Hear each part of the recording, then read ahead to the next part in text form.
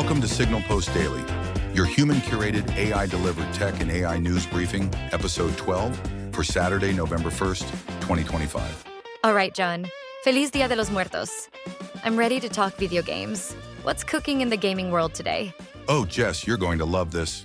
We have some major announcements and perfect timing since we're heading into the holiday season. Capcom just dropped news about Resident Evil Requiem. Wait, already? Another Resident Evil game? How many does that make now? I mean, I'll take Resident Evil games all day. Right, and this one's actually a big deal. It's launching in February 2026 exclusively on Nintendo Switch 2. And I mean exclusive Capcom treatment, special edition controllers, deluxe versions, the works. Okay, so Nintendo Switch 2 Pro Controller with Resident Evil theming? That's smart marketing. But is the game exclusive to Switch 2? Shouldn't Resident Evil games be on every platform? Actually, it's not exclusive. It's launching on PS5, Xbox Series X, and PC as well. But the special Switch 2 Pro Controller is the first of its kind for that console, which is a pretty big signal that Capcom's betting big on Nintendo's new hardware. Okay, that makes more sense. So what's the price look like? Because special editions always seem to cost me a fortune. Standard edition is $70 across all platforms. But if you go in for the deluxe edition with the Steelbook case, which has this amazing Raccoon City newspaper clipping design, that's $90. You also get 5 costumes, weapon skins, and digital bonuses. Steelbook case? Okay, that's actually kind of cool. But wait, there's more, right? You mentioned something about a generation pack? Yes. For Switch 2 specifically, Capcom's offering this Resident Evil Generation Pack for $90.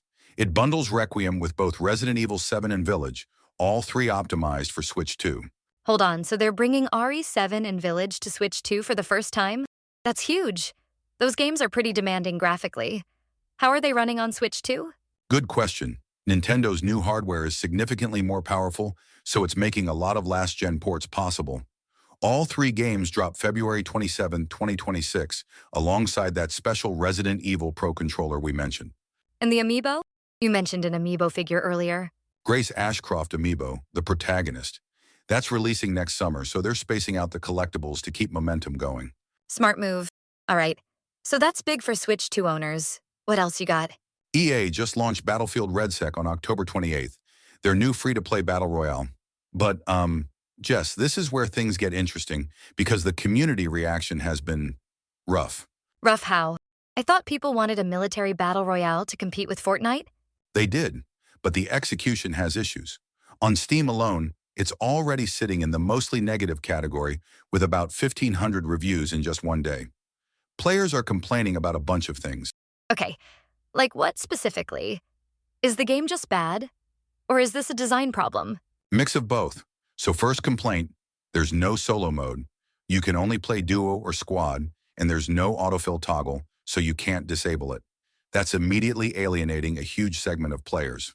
That seems like a pretty basic oversight, honestly. Who launches a battle royale without solo in 2025? Right? But it gets worse. The time to kill is extremely fast, even with armor plates. Players are saying you get ambushed and you're dead before you can react. There's no counterplay window. So it's frustrating. And you said something about forced challenges? Yeah, there are battle royale-specific challenges that you can't re-roll. Players who just want the multiplayer or campaign content are forced to grind the battle royale to unlock cosmetics and rewards. It's annoying. I mean, is this just a rough launch thing that'll get patched? Developers usually listen to feedback pretty quickly these days. Absolutely possible. The article notes that EA's been responsive to feedback in the past.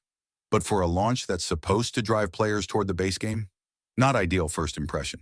Yeah, that's understandable. Next story then? Okay, so Embark Studios launched ARC Raiders. This is a new extraction shooter that just hit Steam, Epic Games Store, PS5 and Xbox. And the numbers are actually wild. Wait, what exactly is an extraction shooter? That's not a term I hear often. Great question. Think of it like a hybrid between a raid game and a battle royale. You drop into a map, scavenge for loot and resources, fight NPCs and players, then extract with your earnings before the zone collapses or time runs out. It's all about risk-reward. You keep what you extract. But if you die before extraction, you lose everything. Oh, so it's like a heist simulator. I can see the appeal. How's it doing player-wise? It peaked at over 153,000 concurrent players on Steam alone on launch day, That's not including Epic Games players or console players on PS5 and Xbox. Pretty massive. Wow, that's seriously impressive. But I'm guessing with those numbers comes a classic launch day problem? You nailed it. The servers are absolutely overwhelmed. Players are getting connection errors left and right because, you can't predict demand perfectly for live service games. Is this another case of developers learning that they need bigger infrastructure? Like what happened with Helldivers 2? Exactly that. Helldivers 2 had similar server issues at launch. It's just a known pain point for live service games hitting big numbers. Embark Studios hasn't issued a formal statement yet, but they're probably working around the clock to scale up servers. Okay, so rough launch day, but the interest is clearly there. That's actually a good sign? Totally. And get this. They launched this between Battlefield 6 and Call of Duty, Black Ops 7. Those are two of the biggest shooters of the year. Embark's co-founder, Patrick Soderlund, said they're not intimidated, and the numbers suggest they've got a compelling product. Interesting. $40 price point, right? Yes. Originally, it was going to be free-to-play PvE, but they pivoted to a $40 premium extraction shooter. And the server slam test apparently convinced a lot of people it was worth the price. All right, what else we got? We're moving to something really exciting. Chinese developer ChillyRoom announced Loulan, the Cursed Sand, as part of the PlayStation China Hero project. Is this a new IP, or are they expanding an existing franchise? Brand new IP. It's a single-player hack-and-slash action RPG set in ancient China along the Silk Road. You play as this exiled guard called the Cursed Sand, trying to reunite with a princess. Okay, that's a cool premise. But I have to ask, what else has ChillyRoom made? Are they new to the scene? Good question. They're best known for Soul Knight, a mobile roguelike that's got over 100 million downloads. This is their first big console action RPG, so it's a huge pivot for them. The first gameplay trailer shows really fluid combat where you shift between skeletal form and sand form, unleashing different abilities. Wait, hold on. Sand form? Like, you turn into sand? That sounds like it could be really cool or kind of gimmicky. Which is it? From what we're seeing, it looks genuinely creative. You can become a sand tornado, burrow underground to escape damage, transform into different shapes. The boss designs include these massive sand serpents. It's visually distinct from your typical Dark Souls-like action RPG. Okay, that actually sounds pretty fresh. And it's coming to PS5 and PC? Yep, both platforms. No release date yet, but you can wishlist it now. It's part of Sony's China Hero initiative, which is interesting because it signals Sony's commitment to supporting Chinese developers. I'm curious to see how this lands. Action RPGs are crowded, but the sand mechanics angle could really make it stand out. Absolutely. And we're finishing with something nostalgic. Square Enix is bringing back Fear Effect 2, Retro Helix, the 2001 PS1 action-adventure game. Fear Effect 2? That's a deep cut. Was there a lot of fan demand for this, or is this just Square Enix mining the archives? Bit of both. The original actually holds an 84 on Metacritic, so it was well-reviewed. The announcement caught people off guard. There's been zero buzz about a revival. It's one of those, wait, they're bringing that back? Moments on social media. Limited Run Games is handling the re-release with Square Enix's blessing, and it's coming to PS5, PS4, and, this is the interesting part, Nintendo Switch 2. Switch 2 again. That console's really racking up the ports. So is this a faithful remaster, or are they changing things up? They're adding visual improvements, new environments, better loading times. The game's coming both physically and digitally in 2026.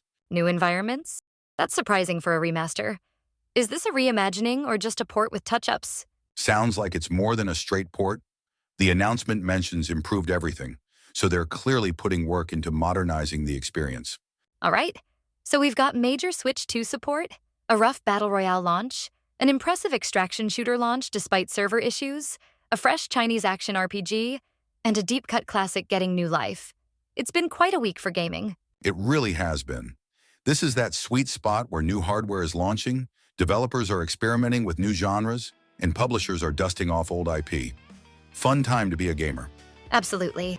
Well, listeners, if you've got thoughts on any of these games, or if you want to tell John and me what you're playing this weekend, send those questions and comments to feedback@signalpostdaily.com or slide into our DMs on the socials at Red Mesa Studios.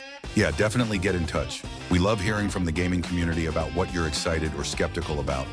Whether it's Resident Evil on Switch 2 or how you're feeling about Battlefield REDSEC, we want to know. Thanks for hanging with us on this Saturday. Enjoy your gaming, everyone. Thanks for listening, and we'll see you next time on Signal Post Daily. Bye-bye.